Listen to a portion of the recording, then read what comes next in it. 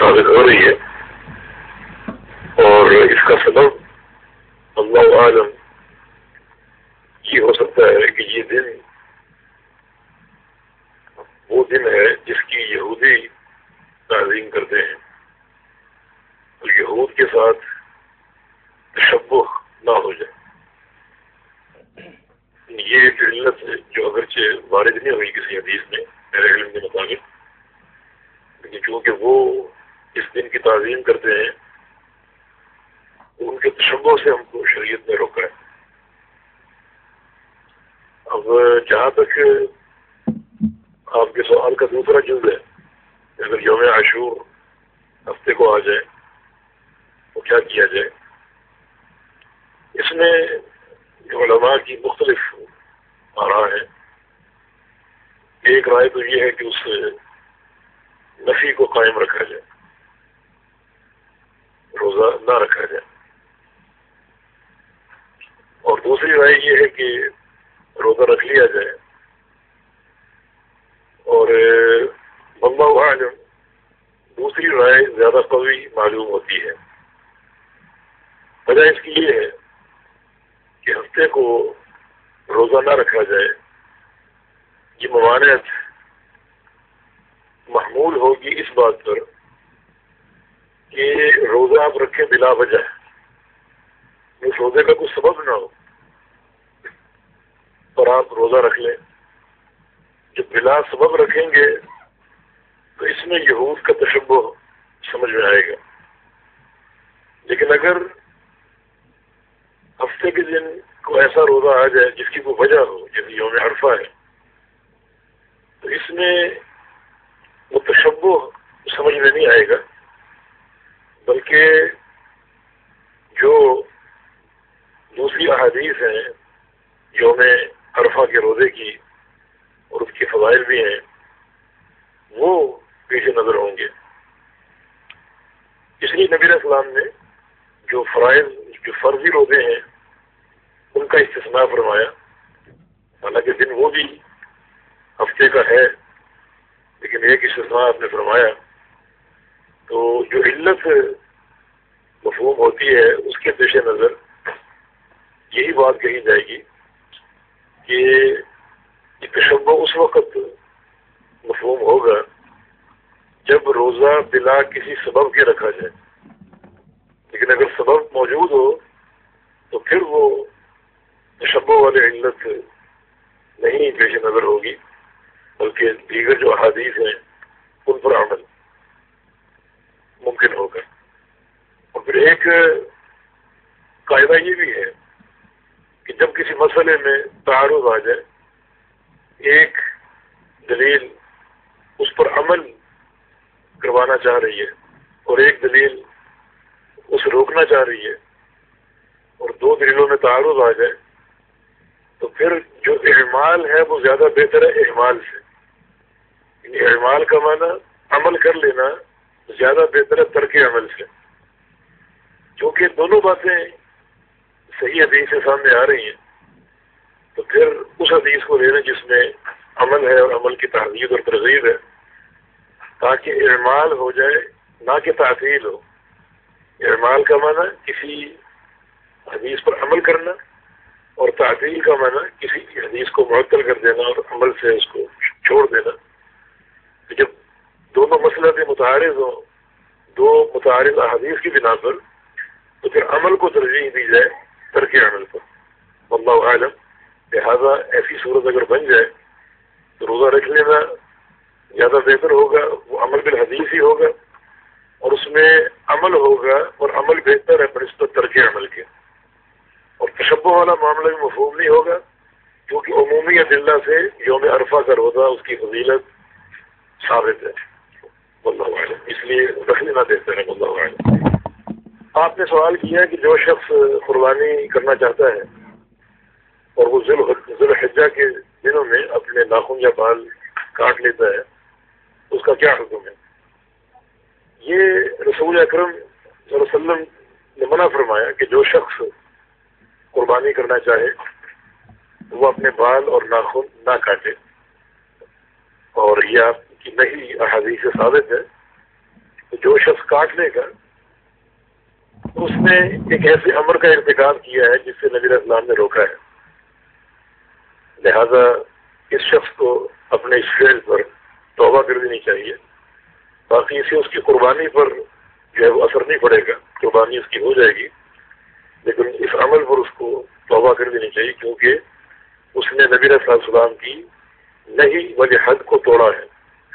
اور جو بعض حدیث سے ثابت ہوتا ہے کہ اللہ تعالیٰ اس کو اس عمل پر بھی ایک قربانی کا ثواب دے گا، پھر یہ ہم کہیں گے کہ وہ ثواب سے محروم ہے اور نہی والی حد کو جو توڑنے کا اس نے ارتکاب کیا ہے تو اس مخالفت پر وہ توبہ کر لے اور آئندہ اس میں احتیاط کرے اور قربانی اس کی جو ہے وہ ہو جائے گی، اس میں کوئی اثر کو فرق نہیں پڑے گا انشاءاللہ.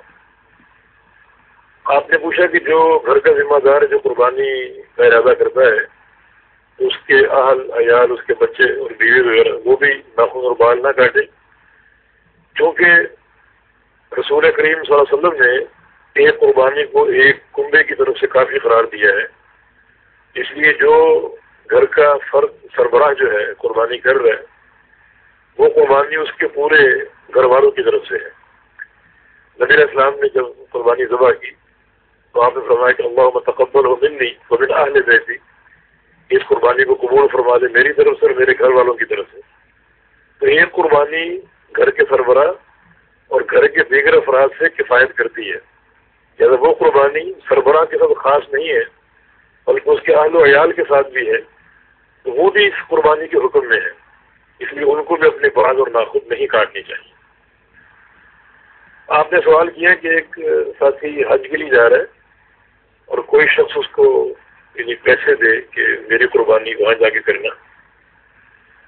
یہ پہلے یعنی نبی علیہ السلام کے دور میں، صحابہ کے دور میں یا اس سے قبل بھی لوگ اپنی قربانی دیا کرتے تھے کہ ہماری قربانی وہاں جا کر جو ہے وہ ذبح کرنا. اگر آج کوئی پیسے دیتا ہے تو اس کی کیا وجہ ہے، یعنی وہ وہاں قربانی کیوں کروانا چاہ رہے ہیں؟ قربانی کو جہاں موجود ہے خود وہاں کرے، اپنے ہاتھ سے ذبح کرے، یعنی وہاں کیوں قربانی کروانا چاہ رہے ہیں؟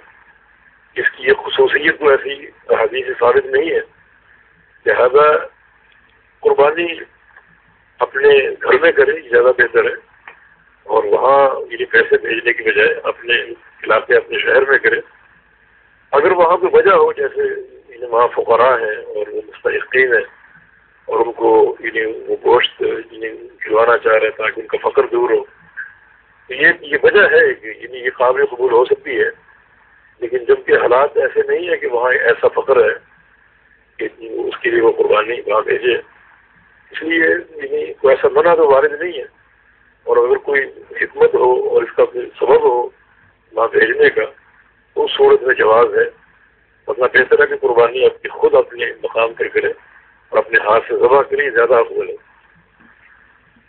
آپ نے جس سوچ کا ذکر کیا ہے وہ اس کا خلاصہ یہ ہے کہ اکثر لوگ یہاں قربانی کرنے سے ڈرتے ہیں اور کرتے نہیں اپنے ہاتھ سے. اور دوسری بات یہ ہے کہ اگر وہ کسی دکان والے سے کہیں تو ہو سکتا ہے وہ نماز سے خبر ہی کر دے، پھر احتیاطاً لوگ اپنی قربانی وہاں بھیج دیتے ہیں. تو اس کا جواب یہ ہے کہ ان میں سے کوئی وجہ اس جواز کے لیے معقول نہیں ہے کہ وہاں بھیجا جائے، کیونکہ کوئی وجہ ہو وہاں بھیجنے کی، یا تو فقر وہاں پھیلا ہو، بھوک پھیلی ہو اور لوگوں کو گوشت نہیں دستیاب ہو رہا، اتنا فقر ہے، تو یہ وجہ ہے کہ وہاں بھیجنے کی. لیکن عام دیکھا یہ کیا ہے کہ وہاں قربانی جہاں لوگ کرتے ہیں، جو منا میں جو منحر یا مذبح ہے، تو جانور وہاں ذبح کر کے چھوڑ دیتے ہیں اور اس کا گوشت وغیرہ یا تو ضائع ہوتا ہے اور یا پھر گورنمنٹ کی ایک ادارہ اس گوشت کو سنبھال لیتا ہے اور بعد میں وہ جو فقراء کے علاقے وہاں ان کو بھیج دیا جاتا ہے. تو کوئی ایسا کوئی منع بھی وارد نہیں ہے اور کوئی ایسی بڑی حکمت بھی نظر نہیں آتی وہاں بھیجنے کی. اس سے بہتر یہ کہ ایسے علاقوں کا انتخاب کر لیا جائے جہاں واقعتاً فقر ہے اور لوگوں کو یہ حاجت ہے اور فقر میں شدید شکل اختیار کر چکے، یہ زیادہ بہتر ہے. ہر کام کی کوئی شرعی حکمت یا کوئی شرعی سبب اگر بن جائے تو پھر وہ بات زیادہ بہتر اور معقول ہوتی ہے. یہ آپ کا سوال یہ ہے کہ اگر کوئی بھائی اپنی قربانی باہر بھیجتا ہے جیسے پاکستان وغیرہ میں پاکستان کے وقت میں 5 گھنٹے کا فرق ہے، یہ کیسے پتہ چلے گا کہ اس نے قربانی پہلے کی یا بعد میں کی؟ پہلی بات یہ ہے کہ جہاں قربانی آپ نے بھیجی ہے وہاں کی توقیت کا لحاظ ہوگا، یعنی آپ نے اگر پاکستان بھیجی ہے تو یہ قربانی چونکہ پاکستان میں ہو رہی ہے، اس لیے پاکستان میں جب نماز لوگوں نے پڑھ لی اور نماز پڑھ کے قربانی کریں گے وہ قربانی درست ہوگی اور قابل قبول ہوگی۔ اس میں آپ کے وقت کا جو فرق ہے اس کا کوئی اثر نہیں ہے، کوئی نقصان نہیں ہے اس کا، اور کوئی ایسی وجہ نہیں ہے کہ وہ نہ ہو، یعنی جہاں بھیجی گئی ہے وہاں کی توقیت اور وہاں کی نماز کا اعتبار ہوگا، اور وہاں اگر وقت ہو گیا ہے اور لوگوں نے نماز پڑھ لی ہے اور پڑھ کے وہ قربانی کر رہے ہیں تو وہ قربانی کفایت کر جائے گی، اس میں کوئی گھبرانے والی یا کوئی ایسی بات نہیں ہے جو پریشان کن ہو۔ اور یا پھر اگر احتیاط کا تقاضا ہو تو اس کو ذرا مؤخر کر لے، یعنی اتنا لیٹ کر لے جیسے 4 5 6 گھنٹے کا، قربانی تو سارا دن چلتی رہتی ہے تو وہ 4 5 6 گھنٹے وہ لیٹ ہو سکتی ہے، بلکہ قربانی کے چونکہ آگے بھی دن ہے تو دوسرے دن کر لے، تو اس میں کوئی مشکل نہیں ہے کوئی، یعنی انتخاب ایسے شخص کا کریں جو امین ہو اور ثقہ ہو اور وہ کسی غیر شرعی حرکت کا ارتکاب نہ کرے، کوئی حرج نہیں ہے۔ اور یہ ایک وجہ ہے یعنی قربانی باہر بھیجنے کی کہ ایسے مقامات پر جہاں کو فقر پھیلا ہو اور لوگوں کا احتیاج ہو تو ٹھیک ہے ان کو کھلانا یہ کار ثواب اور موجب اجر ہوگا انشاءاللہ تعالیٰ۔ باقی وقت کی جو پرابلم ہے یہ کوئی اتنی کوئی پریشان کن نہیں ہے انشاءاللہ۔ آپ نے سوال کیا ہے کہ بعض اوقات ایک دن کا فرق ہوتا ہے، مثلا لندن میں یا برطانیہ میں عید قربان اتوار کو ہے اور پاکستان میں پیر کو ہے، اب کوئی بھائی وہاں قربانی کروانا چاہ رہا ہے تو وہ اتوار کو کر سکتے ہیں، یعنی ان کی عید کے مطابق نہیں، وہ پیر کو کریں گے، کیونکہ نبی صلی اللہ علیہ وسلم کا فرمان ہے الاضحیٰ یوم یضحی الناس، کہ قربانی اس دن جس دن سب قربانی کریں، تو چونکہ پاکستان میں سب قربانی پیر کے دن کر رہے ہیں تو وہ پاکستان کی توقیت کے مطابق وہ قربانی ہوگی۔ اگرچہ قربانی کرانے والا شخص یو کے میں ہے اور جو اس کی قربانی ہو رہی ہے وہ پاکستان میں ہے، تو پاکستان کی جو توقیت ہے عید کی جو پیر کے دن ہے وہ پیر کے دن ہی ہوگی، اتوار کے دن نہیں ہوگی، ورنہ وہ یعنی جو اجتماعیت کی ایک مخالفت ہوگی اور نبی علیہ السلام کی حدیث کے خلاف ہوگا۔ رسول اللہ صلی اللہ علیہ وسلم کا فرمان ہے کہ اضحیٰ اسی دن ہے جس دن سب اضحیٰ کریں، تو اب وہ اگر اتوار کو کرتے ہیں تو سب تو نہیں کر رہے، تو اگرچہ وہ بھائی خود یو کے میں ہے لیکن جہاں قربانی کر رہے ہیں وہاں کی توقیت مختلف ہے، اس لیے اسی توقیت کا جو وہ اعتبار ہوگا۔ لہذا اگر پاکستان میں بھیج رہے ہیں اور پاکستان میں پیر کو عید ہے تو اتوار کو نہیں ہوگی، وہ پیر ہی کو ہوگی اور وہ قربانی ان کے لیے درست ہوگی اور معتبر ہوگی اور ان کے لیے قابل قبول ہوگی انشاءاللہ۔ یہ بھائی کا سوال ہے کہ ایک شخص اگر ڈیوٹی کر رہا ہے کہیں اور ڈیوٹی میں جو بریک ہوتی ہے اس میں اگر نمازیں جمع کر لے، کیونکہ سردیوں میں دن چھوٹے ہوتے ہیں اور اگر ایک نماز پڑھ لے اور پھر ڈیوٹی میں چلا جائے اور دوسری نماز کا وقت گزر جاتا ہے، یہ اس کو عذر لاحق ہے۔ اس کا جواب یہ ہے واللہ اعلم کہ شریعت میں جو جمع کے عذر ہیں وہ 3 ہیں۔ صحیح مسلم کی حدیث ہے کہ جمع رسول اللہ صلی اللہ علیہ وسلم بین المغرب والعشاء من غیر خوف ولا سفر ولا مطر، رسول اللہ صلی اللہ علیہ وسلم نے نمازوں کو جمع کیا، یعنی بارش اور خوف اور سفر ان میں سے کوئی عذر نہیں تھا اور پھر بھی آپ نے نماز کو جمع کیا۔ اس سے ایک تو یہ ثابت ہو رہا ہے کہ نماز جمع کرنے کے 3 عذر ہیں، یا تو بارش ہو رہی ہو، یا آدمی مسافر ہو، اور یا پھر آدمی جو ہے وہ خوف میں ہو، یعنی حالت جنگ میں ہے، تو اس میں بھی جمع کا جواز ہے۔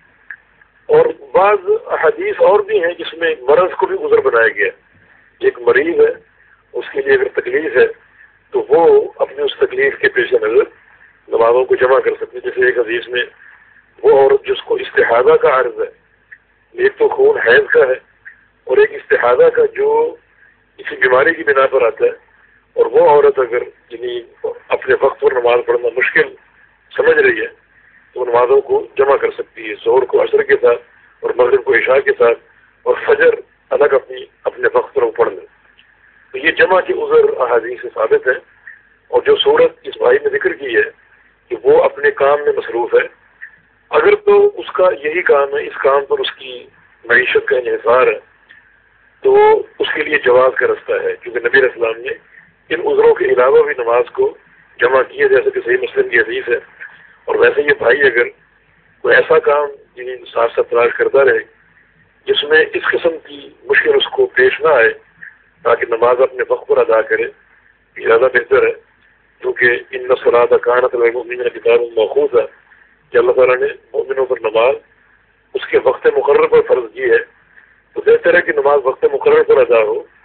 ایسا عمل یا ایسی ملازمت جو نماز کے اوقات میں حائل ہوتی ہے، جب تک اور ملازمت نہیں ملتی اس وقت تک اس عذر کی بنا پر جمع کیا جا سکتا ہے۔ اور اگر کوئی ایسا کام مل جائے جس میں اس عذر کا اندیشہ ختم ہو جائے تو زیادہ بہتر ہے، تاکہ نماز جیسا فریضہ اپنے وقت پر یا وہ انسان ادا کر سکے۔ اللہ سوال یہ ہے کہ کسی بھائی کا لیسن ہے یا اس کا درس ہے، کلاس اس کی، اور اگر جمعے کا دن ہو اور اگر وہ جمعہ پڑھنے جائے تو اس کی کلاس چھوٹ جائے گی اور دوبارہ وہ کلاس اس کو نہیں مل سکتی، تو اس عذر کے تحت کیا وہ جمعہ چھوڑ دے؟ اس میں زیادہ بہتر یہی ہے کہ وہ کلاس مس کر لے، کیونکہ کلاس کو حاصل کرنے کے اور مواقع موجود ہیں، اس کی ریکارڈنگ ہو سکتی ہے، کسی اپنے دوست سے اس کو وہ دہرا سکتا ہے، پڑھ سکتا ہے، لیکن جمعے کو چھوڑنے کی وعیدیں بہت ہیں۔ جمعے کا ترک بعض لوگوں کے لیے جائز ہے، جیسے ایک آدمی مریض ہے، مسافر ہے، یا عورت ہے، یا غلام ہے، بچہ ہے، یا بادشاہ ہے، ان کے لیے ترک جائز ہے، لیکن اس کے سوا کوئی ایسا عذر نہیں جو جمعے کے ترک کا جواز بن سکے۔ تو اگر وہ بھائی زیادہ اس کے لیے بہتر ہے کہ وہ کلاس مس کر دے، جمعے کو مس نہ کرے، کیونکہ کلاس کو حاصل کرنے کے اور متبادل مواقع موجود ہیں، تو بھائی اس کی ریکارڈنگ کر سکتے ہیں، اس کو سن کر وہ اپنی کمی پوری کر سکتے ہیں، یا اپنے کسی بھائی سے وہ پڑھ سکتا ہے تاکہ وہ کمی اس کی دور ہو جائے، مگر جمعے کا متبادل موجود نہیں ہے، وہ اس کو پڑھنا پڑے گا۔ اور پیغمبر اسلام کی وعیدیں بھی ہیں کہ جو شخص 3 جمعے پیدر پہ چھوڑ دے تو اس پر نفاق کی مہر لگ جاتی ہے، یہ شدید ترین وعید ہے۔ تو بہتر ہے کہ اس شریعت کے اس معاملے کو مقدم رکھے اور ایسا کام جیسے کلاس وغیرہ جس کا ازالہ ممکن ہے تو وہ ازالہ کر لے، لیکن کلاس کو چھوڑ جمعے کو نہ چھوڑے، بندہ معلوم۔ یہ سوال ہے کہ بعض لوگ سفر پہ رہتے ہیں اور جب سفر کرتے کرتے کسی ایسے علاقے میں پہنچتے ہیں جہاں پر مساجد ایسے لوگوں کی ہیں جن کا عقیدہ ٹھیک نہیں ہے، جن کے عقیدے میں بہت ہی خلل ہے، تو وہاں کیا کیا جائے؟ مسافر نماز قصر بھی کر سکتا ہے اور جمع بھی، اس کا سفر چاہے روز ہوتا ہو، لیکن اگر وہ مسافت قصر کو عبور کر لیتا ہے تو وہ جمع اور قصر دونوں کر سکتا ہے۔ تو ایسا بھائی جمع بھی کرے اور قصر بھی کرے، اور اگر امام ایسا ہے جس کا عقیدہ صحیح نہیں ہے اور یہ بات اس کو معلوم اور واضح ہے تو اس کی اقتداء نہ کرے، کیونکہ جو صحیح العقیدہ ہے اس کی اپنی نماز قبول نہیں ہوتی، تو اس کے پیچھے اقتداء کرنے والے کی کیسے قبول ہوگی؟ امام احمد بن حنبل امام اہل سنہ سے پوچھا گیا کہ مرجع کے پیچھے نماز ہوتی ہے؟ فرمایا نہیں ہوتی، اور بہت سے علماء نے جامعہ کے پیچھے نماز پڑھنے سے منع فرمایا، محدثین کے اقوال موجود ہیں۔ اس لیے بہتر ہے کہ صحیح العقیدہ امام کے پیچھے نماز پڑھی جائے۔ لہٰذا ایسا بھائی سفر میں قصر اور جمع کر لے اور اپنی نماز اکیلے پڑھ لے۔ اللہ عالم۔ یہ سوال ہے کہ ایک شخص سفر کرتا ہے اور وہ سفر اس کا 4-5 میل ہے، مگر وہ علاقہ اس کا بدل جاتا ہے، وہ نماز قصر کرے یا نہ کرے۔ حدیث میں 3 میل کا ذکر بھی ہے، جو مسافت قصر ہے 3 میل بھی آتی ہے، اور 3 فرسخ بھی ایک حدیث میں آتا ہے، اور ایک فرسخ 3 میل کا ہوتا ہے، تو یہ مجموعہ 9 میل کا ہو جاتا ہے۔ احتیاط یہی ہے کہ 9 میل جو مسافت قصر ہے اس کو ملحوظ رکھا جائے، اور یہ 9 میل شمار کہاں سے ہوں گی؟ جہاں اپنے شہر کی آبادی ختم ہو جائے اور خلا شروع ہو جائے، اور اس کے بعد 9 میل یہ 3 فرسخ شمار کر لے اور قصر کر لے۔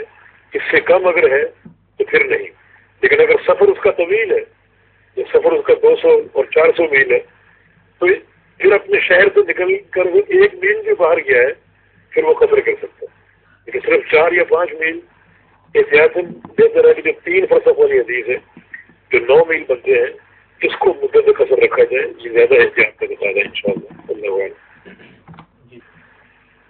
آپ نے پوچھا کہ ایک بھائی کے لیے کب یہ جائز ہوتا ہے کہ وہ اہل بدعت کے اسٹیج پہ جا کے درس دے, اس کی کیا شروط ہے, اور کسی اہل بدعت کو اپنے اسٹیج پر بلائے اور درس کے لیے اس کی کیا شروط ہے.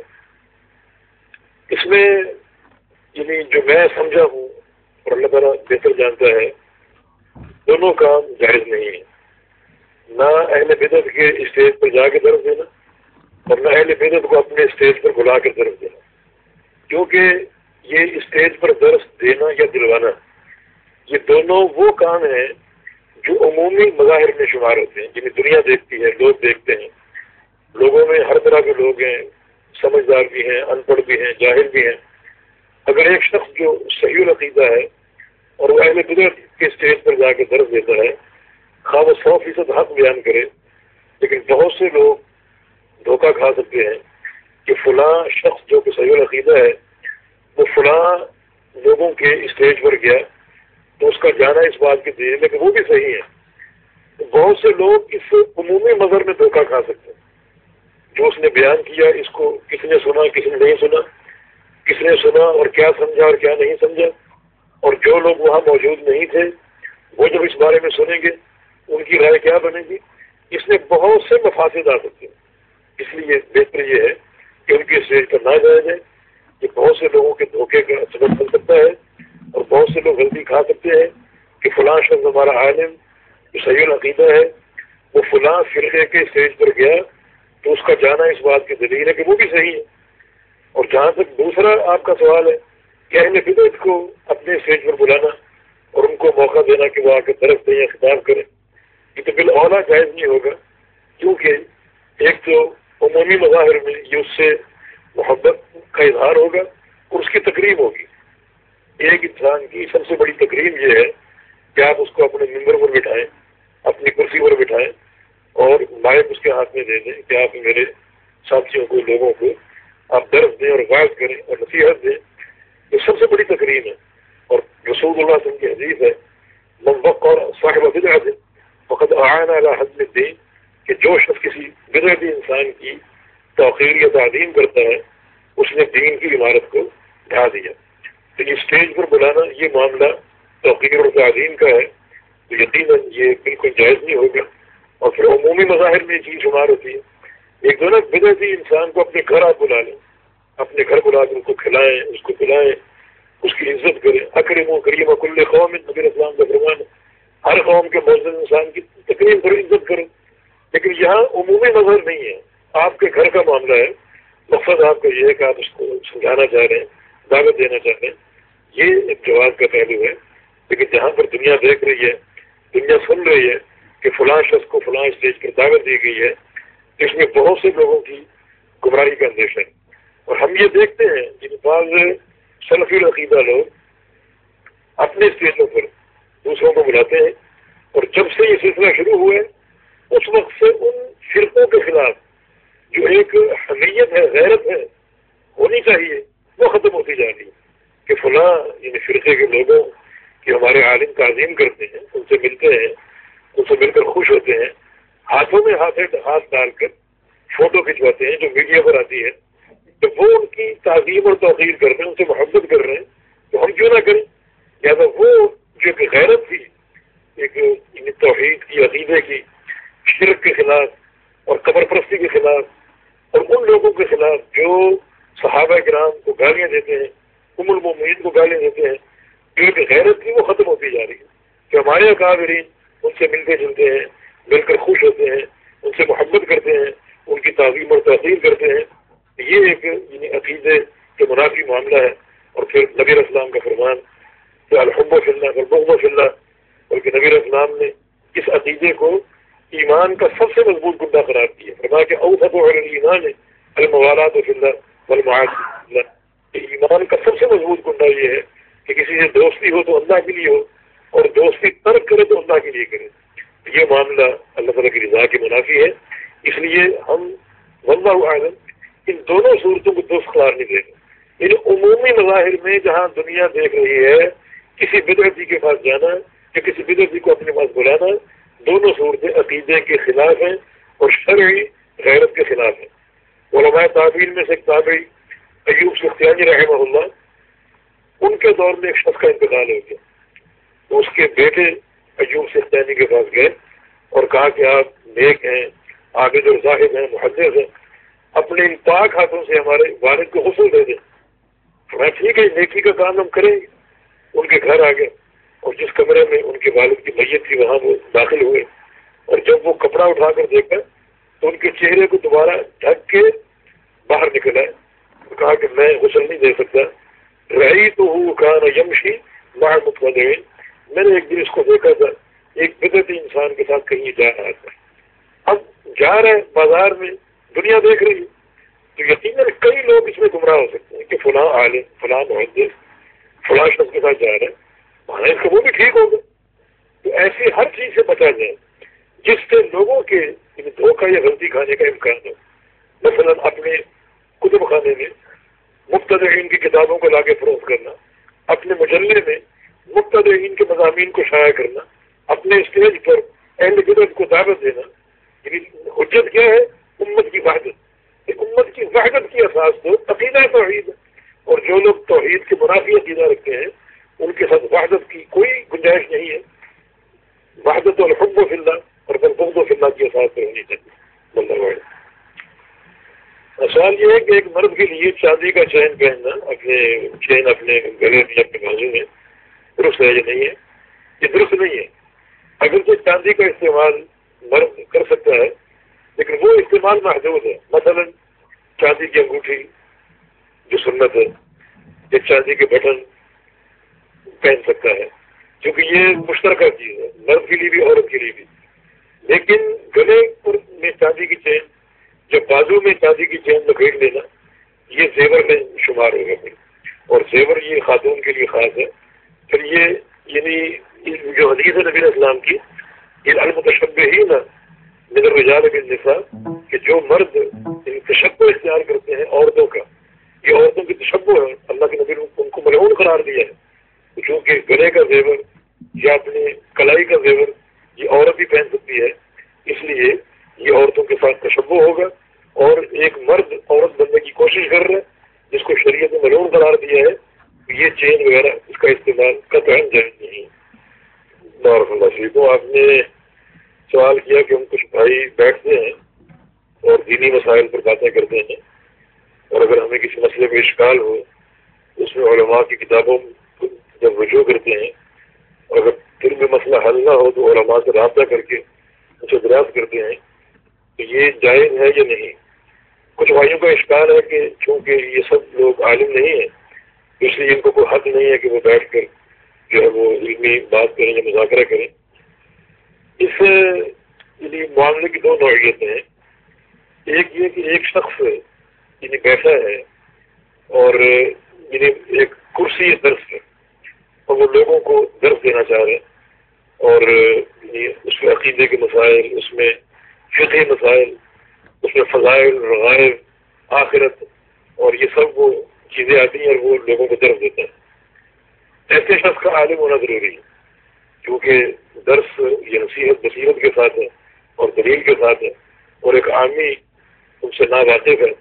اور عالم وہ ہے جس کا طلب علم معروف اور مستفید ہے، یعنی جس کی یعنی شہرت ہو اس معاشرے میں طلب علم کے ساتھ، لوگ جانتے ہوں کہ فلاں شخص طلب علم کے لیے گیا ہے فلاں ادارے میں، اور فلاں عالم سے اس نے تلقی میں علم کیا ہے، فلاں اس کا شیخ ہے، فلاں اس کا شیخ ہے، اور ان مشائخ نے اس کو تعلیم دی ہے.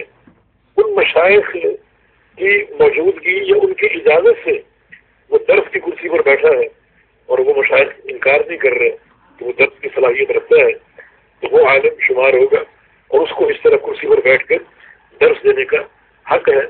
لیکن جو شخص اپنے طور پر یعنی ایک علمیت کا دعویٰ کرے، اپنے طور پر کتب کا مطالعہ کر کے اور وہ درس دینا چاہے، تو اس کی نہ حوصلہ افزائی ہوگی اور نہ اس کو ہم جائز کہیں. اس میں بہت سی غلطیوں کا امکان ہے، اور وہ نبی علیہ السلام کا فرمان دلو و اضل کہ ایک وقت آئے گا علماء اٹھ جائیں گے اور لوگ استعمال کو اپنا سردار بنا لے گی اور وہ پھر اپنی مرضی کے فتوے دیں گے اور اکثر اپنی رائے استعمال کریں گے اور خود بھی گمراہ ہوں گے اور لوگوں کو بھی گمراہ کریں گے. ایسے لوگ بعض اوقات کہتے ہیں کہ ہم اپنی رائے کہاں دیتے ہیں, ہم تو حدیثیں پڑھتے ہیں, قرآن و حدیث بیان کرتے ہیں. میں عرض کروں کہ قرآن و حدیث کو دلیل کے طور پر استعمال کرنے کے دو رخ ہیں. ایک اس کا منطوق, دوسرا اس کا مفہوم. منطوق سے مراد اس دلیل کے الفاظ, نبی اسلام کی حدیث کے الفاظ, وہ منطوق ہے, منطوق حدیث. اس کے ساتھ مفہوم حدیث سے ضروری ہے. ایک شخص اگر حدیث کے الفاظ پڑھ رہے اور وہ کہے کہ میں نے حدیث جو ہے وہ پیش کی ہے, تو بھائی آپ نے حدیث کے الفاظ پیش کیے, اس کا مفہوم آپ نے کیا پیش کیا وہ اصل میزان پر پیش کرنا ہے. کیونکہ مکمل استدلال منطوق اور مفہوم دو چیزوں کے ساتھ ہوتا ہے.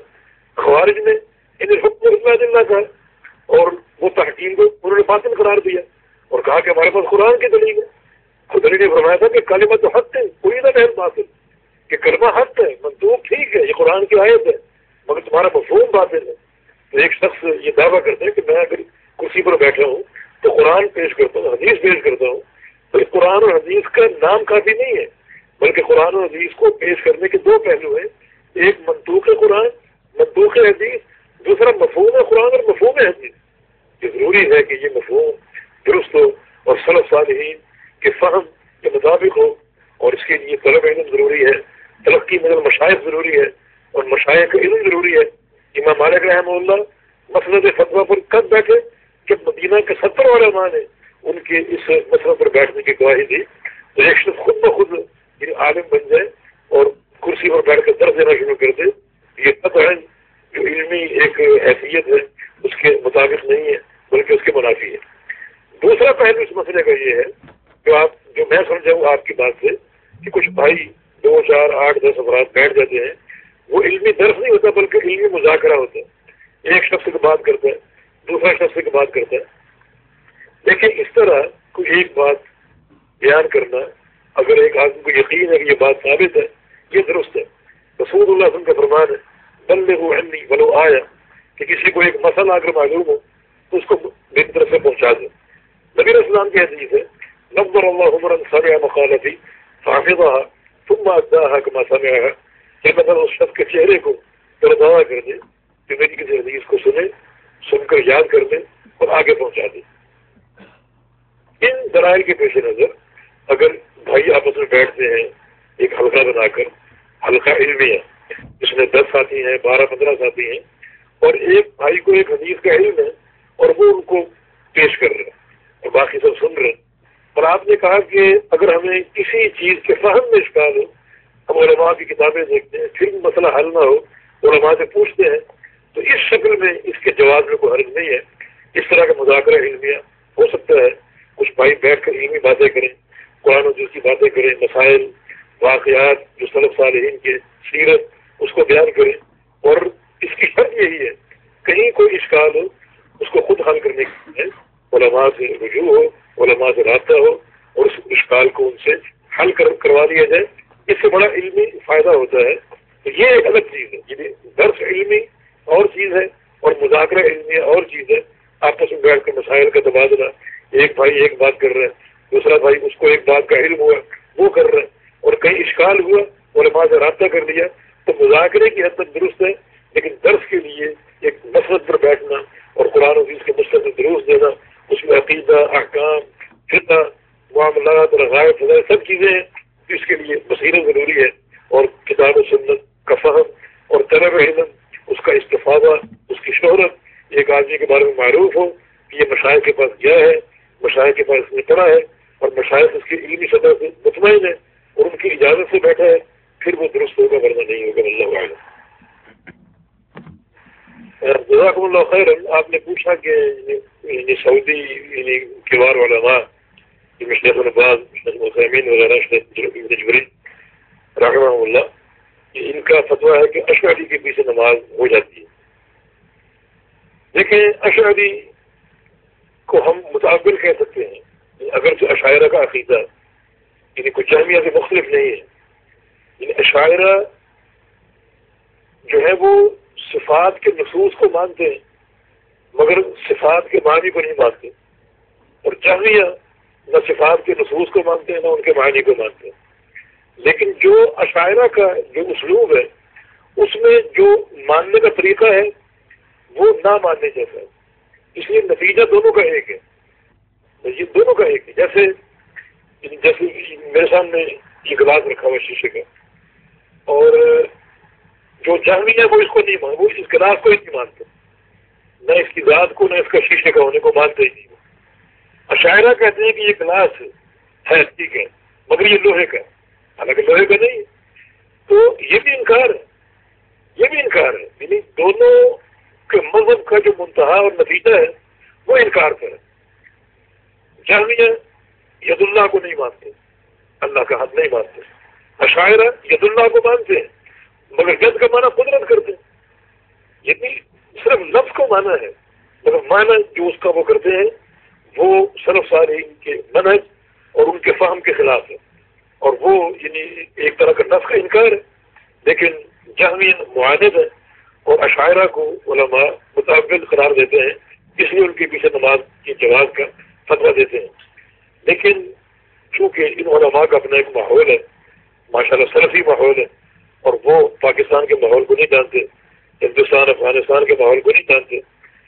جیسے ان کی کتاب المحند المفند، اس میں یہ ان کے جو بڑے بڑے سینکڑوں علماء کا فتویٰ ہے، متفق فتویٰ، اس کے مقدمے میں وہ لکھتے ہیں کہ ہم حنفی ہیں، فروع میں امام ابو حنیفہ کے مقلد ہیں، اصول میں ابو منصور ماتریدی اور ابو الحسن اشعری کے پیروکار ہیں، اور ہمارے جو انتصاب ہے یعنی جو تصوف کے طرق ہیں اس لحاظ سے ہم قادری کہ سہروردی کہ نقشبندی یا چشتی۔ اچھا، اب یہ خود ان کا اپنا عقیدہ ہے جو انہوں نے خود بیان کیا، جس پر ان کے سینکڑوں علماء کے دستخط ہیں اور ان کی موافقت ہے۔ اب اس عقیدے کو اگر سامنے رکھیں تو کتنے یعنی ایسی چیزیں ہیں جو خلاف عقیدہ، خلاف توحید، بلکہ ایسی باتیں جو اللہ رب العزت کی شان میں پہلے درجے کی گستاخی، یعنی اشعریت خود انکار صفات کا نام ہے نمبر 1۔ نمبر 2، جو 4 سلسلوں کا انتصاب انہوں نے ذکر کیا ہے، تو وہ انتصاب یعنی ان 4 سلسلوں کو دیکھیں آپ، اس میں دعا میں توسل کا جواز، ان 4 سلسلوں میں دعا میں توسل کا جواز ہے۔ پھر یہ تصوف کے جو سلسلے ہیں یہ سب وجودی ہیں، حلولی ہیں، وحدت الوجود، وحدت الشہود، اللہ ہر جگہ ہے، اللہ ہر چیز میں ہے، یعنی خالق جو مخلوق کو پیدا کرتا ہے وہ مخلوق کو پیدا کر کے مخلوق میں داخل ہو جاتا ہے۔ یہ اللہ رب العزت کی شان میں کتنی بڑی گستاخی ہے۔ تو ان علماء کو ان حدود کا علم نہیں ہے۔ میں نے اپنا مکہ مکرمہ میں شیخ ربیع حضرت اللہ سے ملاقات کی اور ان سے یہ سوال کیا کہ جیسے اشاعرہ ہیں ہمارے ہاں، اور ان کے یہ عقیدہ ہے، ان کا انتصاب کے طرق ہیں تصوف کے، اور اس میں حلولیت ہے اور وحدت الوجود ہے، وجود کا عقیدہ، وحدت الشہود کا عقیدہ۔ شیخ نے فرمایا کہ ان کی اقتداء میں نماز پڑھنا جائز نہیں ہے۔ تمہارا مشائخ کو اگر پورا علم دیا جائے تو اس علم کی روشنی میں ان کا فتویٰ کچھ اور ہوگا، لیکن خالی اشعریت کیونکہ ان کو متعبدین قرار دیتے ہیں، اور متعبد کا معاملہ ہلکا ہے، باقی ان کا حساب اللہ لے گا، ان کے اندر کیا ہے اور کیا یعنی رکھتے ہیں اپنے اندر علم، وہ حساب اللہ لے گا۔ لیکن ایک بظاہر ایک شخص کو متعبد قرار دے کر اس کے پیچھے نماز کا جواز، یہ فتویٰ درست ہے، لیکن باقی ان کی حدود کا چونکہ ان کو علم نہیں ہے، اور اگر ان کو علم دیا جائے تو یقیناً وہ یہی بات کہیں گے اللہ علیہ۔ بارک اللہ فیکم۔ یہ آپ نے پوچھا کہ یعنی ایک شخص کے گھر کے پاس مساجد ہیں کچھ، اور ان فرقوں سے ان کا تعلق ہے جن کا عقیدہ عام طور پر ٹھیک نہیں ہے، لیکن ایک شخص یعنی ان کا اختبار لے اور ان کا امتحان لے، ان کو چیک کرے، ان کے عقیدے کے بارے میں پوچھے، بالکل درست ہوگا، بالکل درست ہوگا، کیونکہ جو چیز ان کے بارے میں ثابت ہے وہ یہی ہے کہ ان کے عقیدے میں فلاں چیز الحاد ہے۔ اب بعض اوقات ایک شخص اس کا یعنی ایک خاص مذہب ہے، مگر وہ اس میں تحقیق کی جراثیم بھی ہے، تحقیق کی ایک صلاحیت بھی ہے، اور وہ تحقیق کر کے بعض چیزوں کو نہیں مانتا۔ آپ اگر اختبار کرنا چاہیں، مثلا ایک شخص ہے، اس کا وحدت وجود کے بارے میں کیا عقیدہ ہے، حلولیت کے بارے میں کیا عقیدہ ہے، اور جو صوفیاء کے جو یہ طرق ہیں، یہ باطنی طرق، جیسے سہروردی نقشبندی وغیرہ، شاذلی، رفاعی، حسینی، اس کے بارے میں اس کا کیا عقیدہ ہے؟ اگر وہ ان سے برات کا اظہار کرتا ہے پھر یہ چیز ان کی اقتضاء کے جواز کا تو بن سکتی ہے۔ اور کچھ لوگ ہیں جیسے ہمارے ایک استاد تھے ڈاکٹر محمود تہان، اور وہ حنفی تھے۔ ایک دفعہ ان کے ساتھ میں نے نماز پڑھی ایک مسجد میں، تو انہوں نے پاؤں ملائے، سینے پر ہاتھ باندھے، رفع الیدین کیے، حالانکہ حنفی تھے۔ تو بعض اوقات ایک شخص ایک عقیدے کے ساتھ منتظر ہے لیکن ان کی بعض چیزوں کو نہیں مانتا، تو اگر اس کے پیش نظر یہ بات ہو تو اس کے ساتھ وہ اس کا اختبار لے سکتا ہے اور چیک کر سکتا ہے۔ Credit remaining 21 pence. Please enter the number you wish to dial. اس کا عقیدہ معلوم ہے، یہ حنفی ہے، دیوبندی بریلوی ہے، مگر وہ اگر ان کا اختبار کرنا چاہے کہ ہو سکتا ہے یہ ان چیزوں کو نہ مانتا ہو۔ بہت سے حناف ہیں جیسے عبد الخنوی جو تھے حنفی تھے، لیکن بہت سے حنفی مسائل کو وہ نہیں مانتے تھے۔ حناف کہتے ہیں کہ وہ حنفیت کو سمجھا ہی نہیں، یعنی ایک شخص اگر اعتدال کی بات کرتا ہے، اچھے عقیدے کی بات کرتا ہے، کتاب و سنت کی بات کرتا ہے، تو بجائے اس کی تعریف کرنے کے اس کو الٹا الزام دیتے ہیں کہ وہ حنفیت کو پہچانتے ہی نہیں وہ۔ تو لیکن ایک شخص اگر اس کا اختبار کرنا تو کر سکتا ہے۔ یہ اختبار وہاں منع ہے جہاں ماحول درست ہے، سلفی ماحول ہے اور اہل سنہ کا ماحول ہے، تو وہاں کسی کو قریدنا، کسی کے عقیدے کو اس طرح جانچ پڑتال کرنا درست نہیں ہے۔ لیکن یہاں ایک مصلحت موجود ہے، پھر اس مصلحت کی ایک یعنی وجہ جواب یہ بھی ہو سکتی ہے کہ ان کی وہ اصلاح کر لیں، یعنی ان کو قرید رہے، ان کا عقیدہ فلاں چیز کے بارے میں کیا ہے، فلاں چیز کے بارے میں کیا ہے، اگر وہ غلط ہے تو اس طرح اس کی اصلاح کا ایک اس کے ہاتھ میں جواز آ سکتا ہے، اس سے اس کی اصلاح کریے۔ تو اس طرح کی قرید اور جانچنا اور اختبار کرنا ان حالات میں درست ہے۔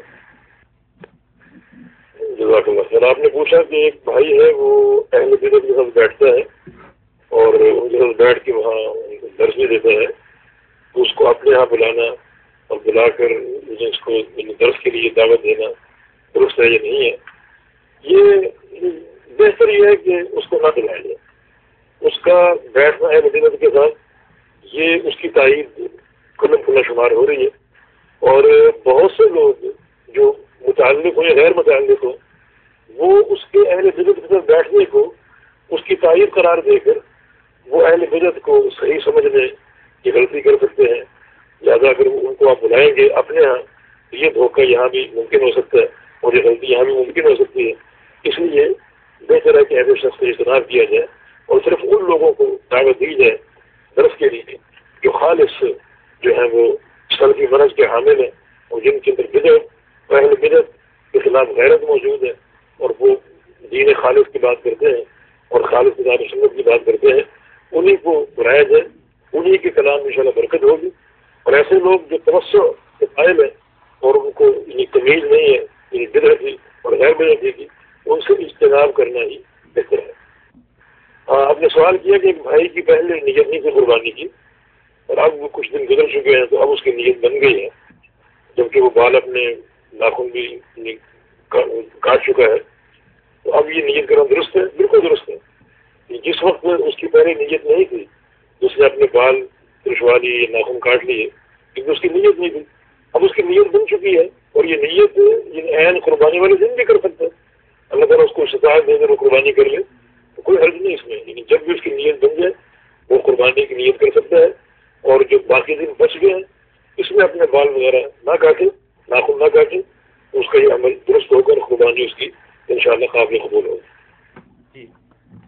وہ ای میل میں نے چیک نہیں کیا، میں انشاءاللہ صبح چیک کر لوں گا اور جیسے وہ مجھے مل جائے گا ایک دو دن میں انشاءاللہ مقدمہ لکھ کرنا ان کو ای میل کر دوں گا انشاءاللہ تعالیٰ۔ بارک اللہ فیک۔ یہ بھائی نے سوال کیا کہ ایک شخص مشرک ہے اور اس میں جن داخل ہو گیا تو اس کو دم کرنا جائز ہے؟ مشرک میں اگر جن داخل ہو گئے تو جن کا داخل ہونا ایک مرض ہے اور مرض کا علاج عمومی طور پہ ہر ایک کا کر سکتے ہیں، مشرک ہو کافر ہو۔ اور ایک ڈاکٹر ہے مریض ہے اس کے پاس آیا، وہ کوئی بھی ہو، مشرک ہو کافر ہو، اس کا علاج کر سکتا ہے۔ اور چونکہ جن کا داخل ہونا یہ بھی ایک مرض ہے اور اس مرض کے ذریعے یعنی اس مرض کا علاج رقیہ کے ذریعے ہو سکتا ہے، اس کو فائدہ پہنچائے. لیکن اس میں اگر ایک بات اپنے ذہن میں یہ بٹھا لیں کہ اس سے اس کی تعریف قلبی ہوگی، لیکن میں اس کو دم کروں گا اور اللہ اس کو شفا دے گا، تو اس سے ہمارے کلام کی صحت اور تاثیر اس پر ثابت ہوگی اور متاثر ہو کر وہ اسلام قبول کر سکتا ہے. اتنا یہ نافع کلام ہے، اس نے جن جیسی موذی چیز کو بگا دیا، مجھے شفا دے دی، یقیناً وہ متاثر ہوگا اور متاثر ہو کر وہ اسلام قبول کر سکتا ہے. تو اس نیت کو ذہن میں رکھ کے اس کو رقیہ وہ کرے تاکہ وہ جب شفا یاب ہو تو ہمارے کلام پاک کی وہ تاثیر کا قائل ہو اور سکتا ہے کہ وہ اسلام قبول کر لے، اور اس ذریعے سے کئی لوگوں نے اسلام قبول کیا بھی ہے. بارک اللہ فیکم. یہ فرما رہے ہیں کہ یہ ان کے والد کے ساتھ یہ معاملہ پیش آیا ہے اور میں نے ان کو دم وغیرہ بھی کیا ہے اور بیری کے پتے بھی ان کو دیے ہیں. تو یہ جو جن جو داخل ہوتے ہیں نا انسان میں، یہ شیاطین انتہائی خبیث اور پلید ہوتے ہیں. ایک تو نظافت کا اور طہارت کا خیال رکھا جائے، خوشبو کا استعمال ہو. بیری کے پتے، بیری ایک عمدہ درخت ہے، جنت کا درخت ہے، اور اس میں پتوں میں پانی گرم کر کے اس کو غسل دیا جائے تو اس سے بھی ایک صفائی اور نظافت حاصل ہوتی ہے. اور یہ لوگ ناپاک چیزوں کو زیادہ پسند کرتے ہیں اور طہارت اور خوشبو سے بھاگتے ہیں. تو ٹھیک ہے، یہ غسل بیری کے پتوں سے، خوشبو کا استعمال، شہد جیسے بیری کا شہد کا استعمال، یہ چیزیں بھی مؤثر ہیں اس رقیہ میں.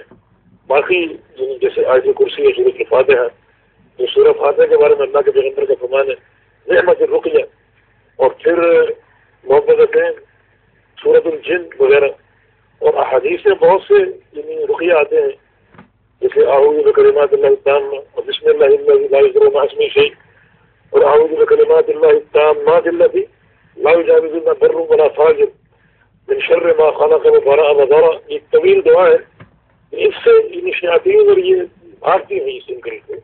یہ سارے شرعی اذکار ہیں، ان کو پڑھا جائے، اللہ تعالیٰ کے اسماء و صفات کا واسطہ اللہ تعالیٰ کو دیا جائے، زیادہ اخر ہے دعا کی قبولیت کا. تو ان چیزوں سے ایک نافع علاج انشاءاللہ ہو سکتا ہے. احسن اللہ علیہ.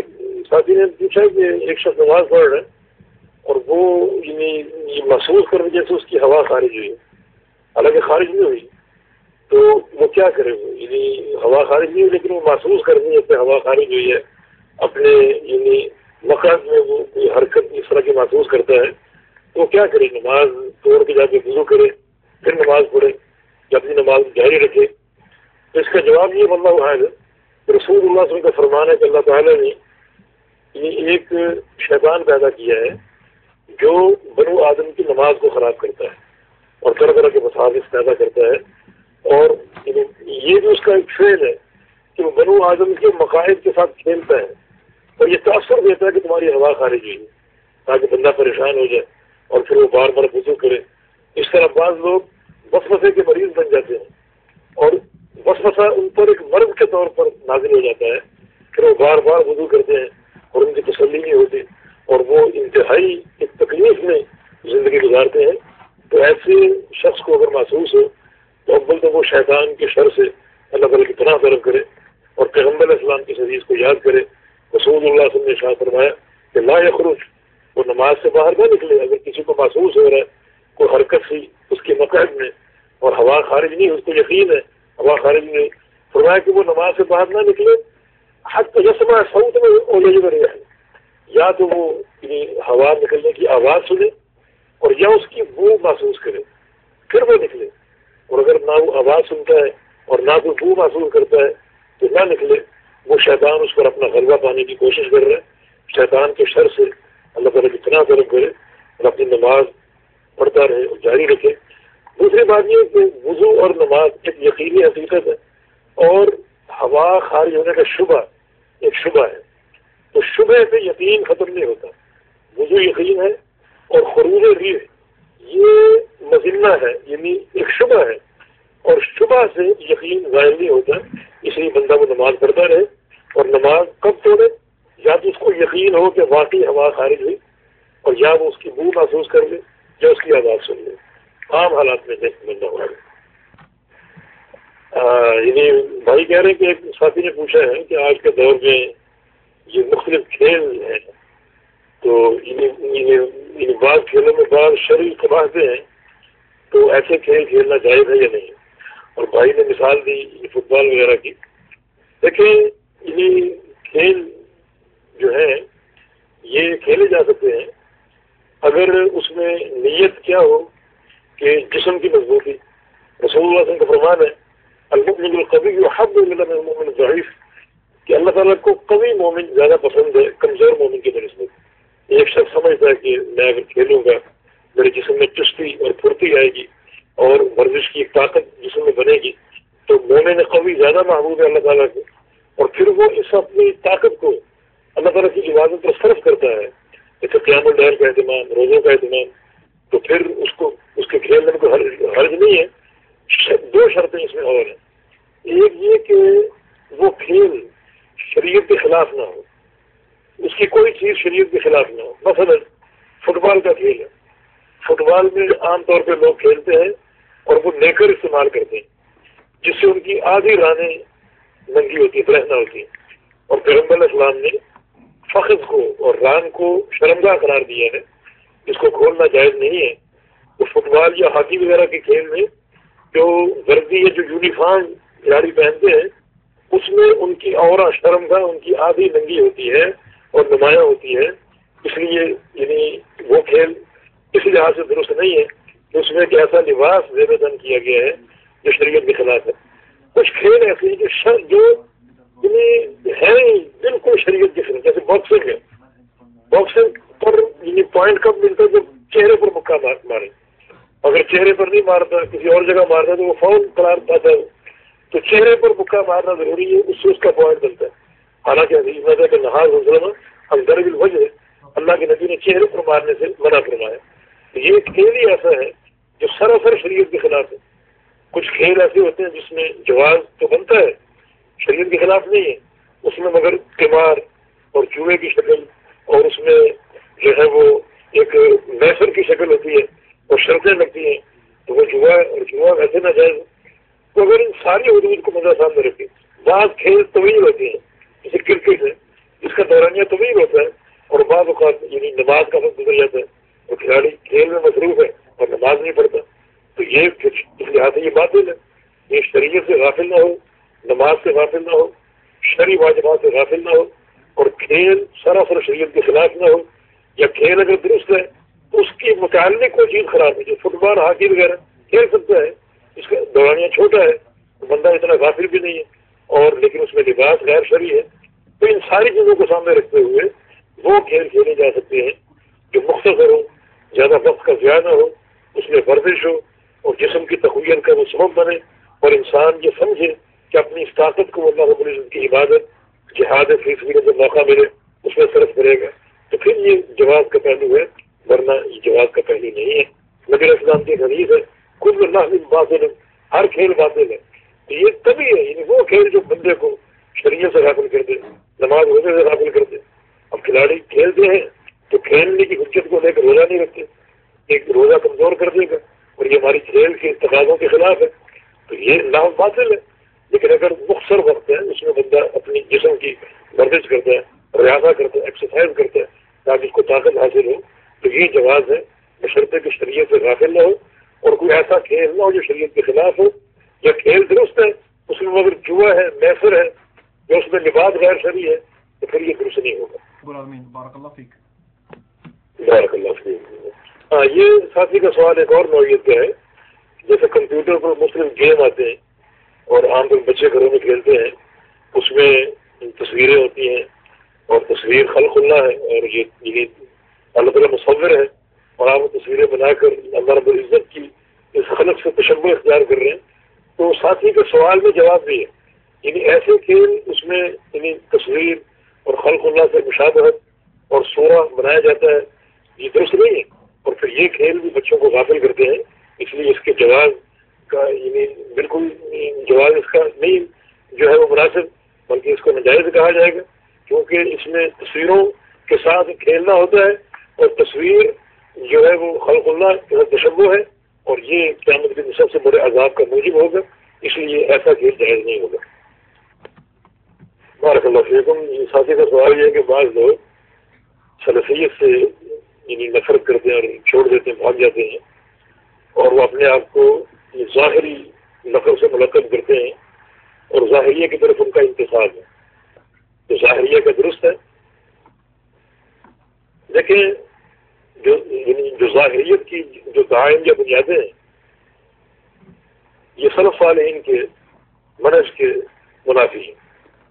اور کچھ لوگ اسی ظاہریت کے تحت امام ابن حزم رحمہ اللہ سے محبت اور تعلق جو ہے وہ قائم کرتے اور جوڑتے ہیں. تو کیا امام ابن حزم ظاہری تھے؟ لیکن ظاہریت کیا ہے؟ ظاہریت کا معنی یہ ہے کہ جو قوت استنباط یا اجتہاد ہے اس کو بالکل ترک کر کے صرف نصوص کے ظاہر کو لیا جائے، اور بعض اوقات اس طرح ظاہر کو لیا جائے کہ جو اصل جو شرعی غرض ہے وہ مٹ جاتی ہے اور ختم ہو جاتی ہے، اور صرف ایک نفس کی جو ظاہریت ہے بندے پر وہ ثابت اور قائم ہوتی ہے. جیسے مثال کے طور پہ ظاہریت کیا ہے کہ نبی علیہ السلام نے جو ہے وہ سونے اور چاندی کی پلیٹوں میں کھانے سے منع کیا. لا تاکلوا فی صحاف ہے، اس میں کھاؤ نہ پیو نہ. بات ظاہری کہتے ہیں کہ پلیٹوں میں کھانے پینے سے منع کیا کھانے سے، لیکن پینے کی ممانعت کہیں نہیں ہے. یہ ایسی ظاہریت ہے شرعی مقصد تو یہ ہے کہ سونے کا برتن استعمال نہ کیا جائے، خواہ وہ کھانے کی غرض سے خواہ وہ پینے کی غرض سے. اب وہ ظاہریت کہتے ہیں کہ اس حدیث میں صرف پلیٹوں کی ممانعت ہے، مانا ایسا برتن استعمال کر سکتے جس میں پینا جو ہے وہ پیا جاتا ہے.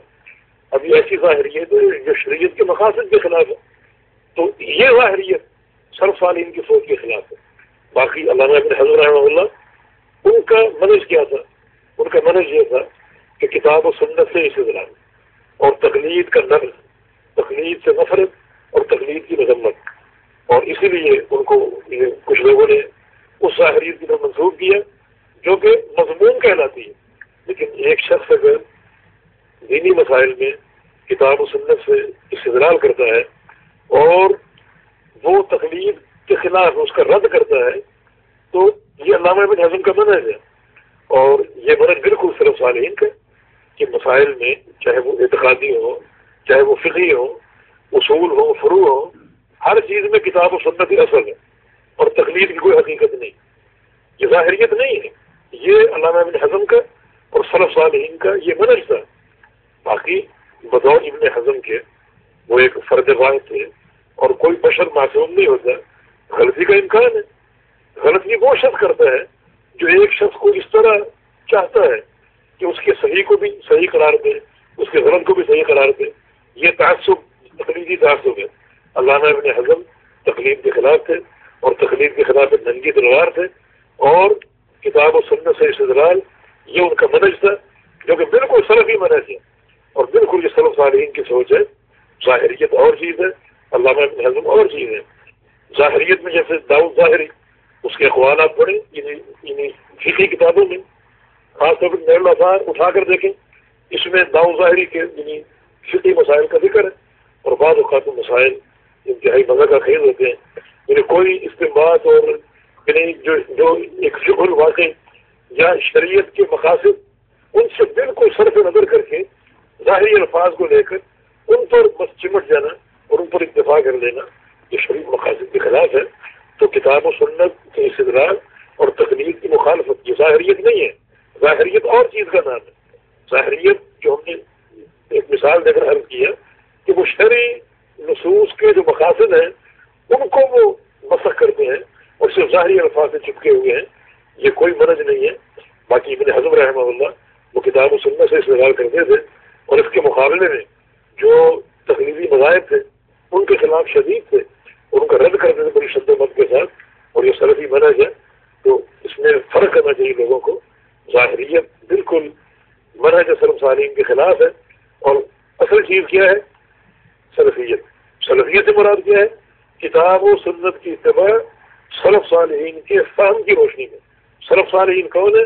صحابہ کرام، تابعین، ائمہ اہل سنت جو معروف ہیں، جن کی تعدیل معروف ہے، جن کی ثقافت اور توفیق جو کتب جرح و تعدیل میں معروف ہے وہ سب یعنی سلف ہی ہیں اور سلف صالحین ہیں.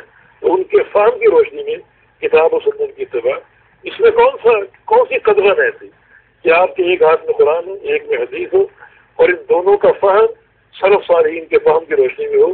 سلف صالحین کون ہے؟ سلف صالحین کی سرخیل جماعت صحابہ کرام کی جماعت ہے جو سارے کے سارے عادل تھے اور نبی علیہ السلام کی کئی حدیثیں ہیں ان کے اقتداء کی اور ان کے یعنی اجتماعیت کو کتاب و سنت اجماع قرار دیا ہے. تو یہ سلف صالحین ہے.